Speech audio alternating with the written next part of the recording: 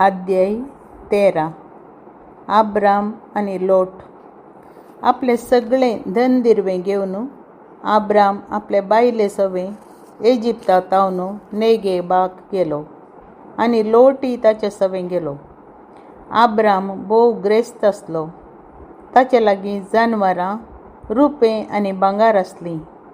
नेगेबांतलो भायर सरून जाग्यां जाग्याक पैण करीत बेतेलाच्या वाटेन तो गेलो. बेतेल आनी आई मदें ताणें आदीं तंबू मारिल्लो ते सुवातेक पावलो. तेच सुवातेर ताणें आदीं एक वेदी बांदिल्ली. थंय ताणें देवाचें नांव उलो मारलें. आब्रामा संगी आयिल्ल्या लोटाकी बोकरे, गोरवां आनी तंबू आशिल्ले. पूण तांकां दोगांकी सांगाता जियोंक तो गांव पावनातलो, कित्याक तांचें आस्त बदीक भोव चड आसलें आनी तांकां सांगाता रावंक साध्य जालें ना.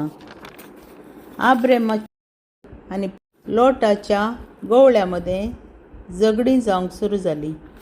त्या काळार कानानगार आनी पेरेजीत त्या देशांत वस्ती करताले. आब्रामान लोटाक म्हळें, म्हजे आनी तुजे मदें वा म्हज्या आनी तुज्या गोवळ्या मदें झगडीं जावंक नजो, कित्याक आमी भाबाव. सगळो प्रदेश तुजे मुखार आसा न्हय. तूं म्हजे तावन वेगळो सर.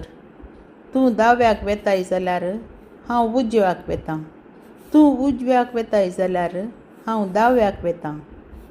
लोटान आपली दिश्ट भोंवडायली आनी जोर्दान न्हंये भोंवतणी भरपूर उदक आसलेली भूंय ताका दिसली.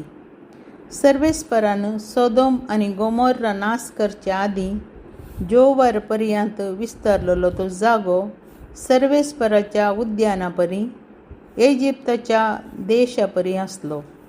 देखून लोटान जोर्दान न्हंये भोंवतणीचें फालकें विंचलें आनी तो उदेंती वाटेन गेलो.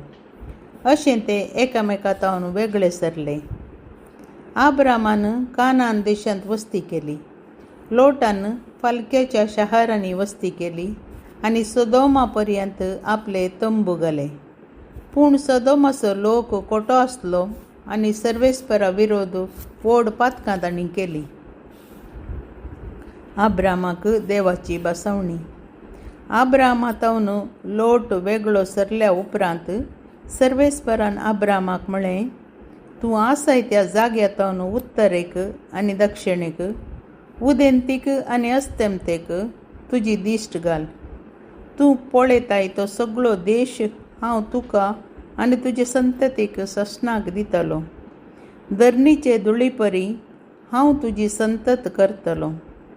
जर कोण एकलो धरणीचे धुळीचे कण मेजूंक सकत, तर तुजी संतत मेजूंक सकतलो. उठ आनी हो देश लांबायेक आनी रुंदायेक भोंवन पळय, कित्याक हो देश हांव तुका दितलो. उपरांत आब्राम आपले तंबू घेवन हेब्रोनांत मामरेच्या पवित्र रुखा लागीं वस्ती करूंक गेलो.